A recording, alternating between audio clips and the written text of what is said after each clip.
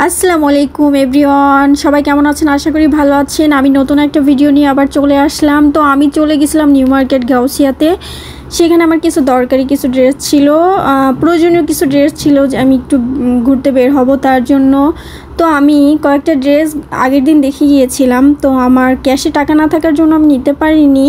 তো ভাবলাম যে পরের দিন যাই, তো পরের দিন গেলাম। তো এখানে যাওয়ার সময় অনেকগুলো নোজ পিন দেখতে পারতেছেন। নোজ পিনগুলা 150 করে চাচ্ছিল, আবার 100 ছিল।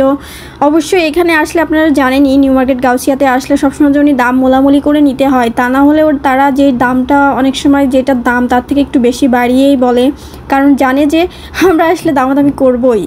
তো এখানে চুড়ি ছিল, বিভিন্ন রকমের কসমেটিক ছিল।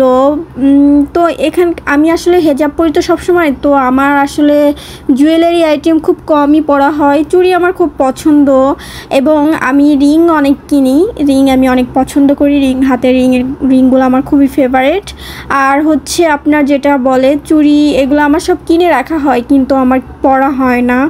এবং গলার কোনো নেকলেস বলেন বা চেন বলেন, যেটাই বলেন না কেন, আমার সব কিনে রাখা হয়, এগুলো আসলে পরাই হয় না হেজাবের কারণে। আর কানের দুলও অনেক আছে কিন্তু আমি পরি না। কিন্তু আমার চোখে যেটা, যে এগুলো ফেক চুল হচ্ছে, এখানে অনেকে আছে না যে গুছি হিসেবে ব্যবহার করে হেজাবে, অনেকের চুল কম বা বিভিন্ন শুটিংয়ে আমরা ব্যবহার করে থাকি। এখানে গর্জিয়াস কিছু ওড়না ছিল। তো আমি যেটা বলতেছিলাম যে আমার চোখের সামনে যেটা বাদে জুয়েলারি, সে পছন্দ হলে সেটা আমি নিয়ে নিই, পরি আর না পরি সেটা আমি কালেক্ট করে রাখি। তো এই যে এখানে বিয়ের ওড়না এবং বিভিন্ন রকমের গর্জিয়াস কোনো অকেশনে পরার জন্য আর কি ওড়না, গর্জিয়াস ওড়না সাধারণত আমরা অনুষ্ঠানে বা কোনো বিয়ে শাদিতেই পরে থাকি। তো আমি জাস্ট যাওয়ার পথে বাঁধলো। তো এই ড্রেসটা খুব ভালো লাগতেছিল কিন্তু প্রাইস ওরা অনেক বেশি চাচ্ছিল। তো আমি যে ড্রেসটা আর কি দেখে রেখে গিয়েছিলাম, আমি ওই দিন আর দামাদামি করছিলাম না। এই ড্রেসটা আমি অবশ্যই ওদের ইউটিউবে দেখে, অনলাইনে দেখে আমি গিয়েছিলাম। তো যে দামাদামি করতে গেলে বলে কি 4,500 সামথিং, অর্থ মানে 300 টাকা এরকম। তো আমি ভাবলাম যে এত টাকা দিয়ে আমি এই ড্রেস নিব এখান থেকে, ওরা দাম কমাবেই না, একই রেট। তো আমি ভাবলাম যে এখান থেকে না নেই, অন্য কোথা থেকে আমি পারচেস করি, হয়তো আমি কাপড়ের প্যাটার্নটা আরও ভালো পেতে পারি, এত দাম দিয়ে নিব। এই ড্রেসটা অনেক সুন্দর ছিল।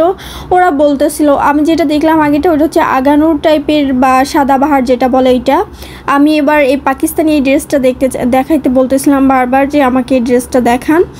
তো ওনার বলার পরে এবার আমাকে এই ড্রেসটা দেখাচ্ছিল, আমি কম্পেয়ার করতে চাচ্ছিলাম, দেখি কোনটা থেকে কোনটা বেশি ভালো লাগে বা কোনটা সুন্দর হয়।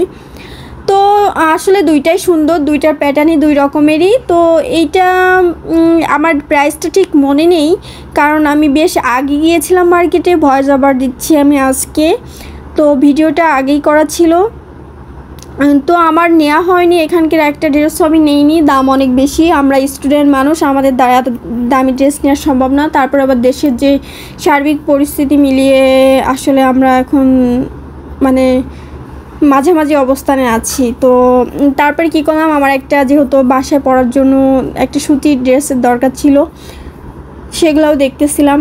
তো এখানে ওরা ড্রেস দেখাচ্ছিল, তো আমি মানে অন্য কাস্টমারদের, তা আমি বললাম যে ভাই আমাকে কয়েকটা ড্রেস দেখান, আমি দেখি।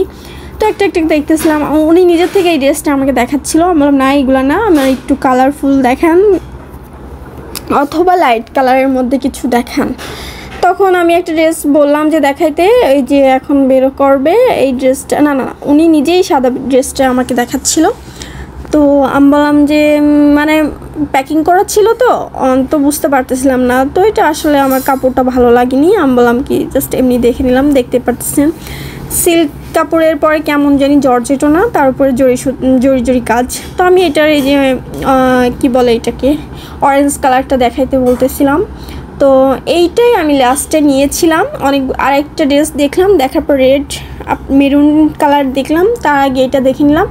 তো এই ড্রেসটা যেহেতু আমার ওইটা 5,000 টাকা দাম, আমার এই কালারটাই পছন্দ করে গিয়েছিলাম, আমি ওই কালারের ড্রেসটাই নিয়ে নিলাম। তো আমার এই ড্রেসটা কত 1300 না 1200 টাকা নিয়েছিল। তারপরে হচ্ছে আমার এটা 2 পিস ছিল, তো মেরুনটা আমি নেইনি।